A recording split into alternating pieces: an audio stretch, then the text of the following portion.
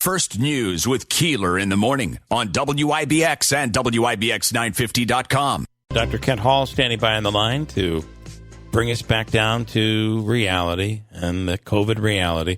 Interesting, Doc, as we're starting to see places around here, stores, especially the national stores, a lot of places now recommending that people wear masks before they walk in to their facilities. It seems like we're making our way back into this as we head into September.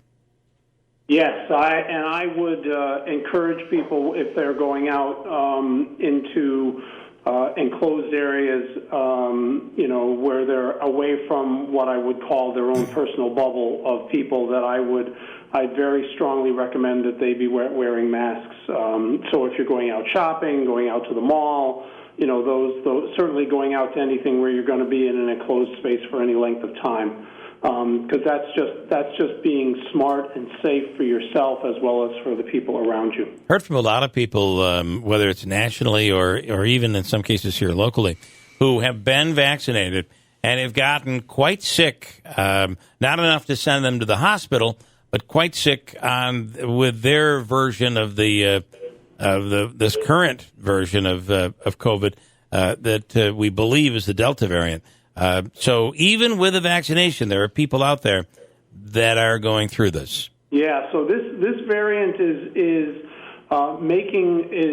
certainly challenging the vaccines in terms of their ability to keep us from getting sick. Thankfully, it is still doing a very good job of keeping people from getting so sick that they end up in the hospital. But if you are sick, if you've been vaccinated and you're having some mild symptoms and you're staying at home, understand that means that you can transmit the virus to other people, whether they've been vaccinated or not. And just because taking this in a little different direction, if you had the flu, during a normal time, you would not, expose other people to that. And this is the same kind of thing. So even though you're vaccinated, you wouldn't do that. And I would very strongly encourage people to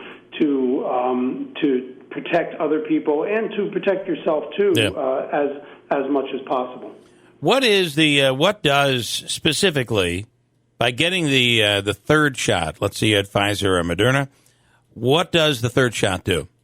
So what it's doing, what it's doing is really a couple things. Number one, it is really boosting your antibody response, because the more antibodies that you have around, the less likely it is for the virus to have the opportunity to actually attach itself to cells and get into cells. Mm-hmm. The other thing that it's doing it's also augmenting the other aspects of the immune response, so the cellular response and things like that, which really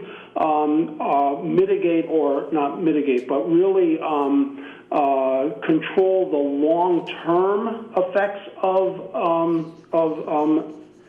immunity. So that means that that your body will be able to more readily recognize the virus down the road. So it really is doing two things by getting the booster shot. And then finally, if you had J&J, do you need a booster? Is there a booster? So there is not a booster for J&J now. They are looking at that, and they are looking at the consideration of, if you got J&J, that you may want to get a Moderna or a Pfizer booster. That has not yet been promulgated by the CDC. It hasn't been approved by the FDA, but they are looking at that. They're also looking at studies to see if a second J&J might actually be beneficial. Okay. And in July, at one point, you had 0 in the hospital. Where do you stand today? Yeah, as of this morning, we had 16, so we were down 1 from Friday, but still definitely, obviously, higher than 0. Yep. And we are watching that really closely. All right, we'll do it again soon, Doc. Thank you so much. We appreciate your time. Thank you, everybody. Please be safe. All right, you do the same. Dr. Kent Hall from MVHS.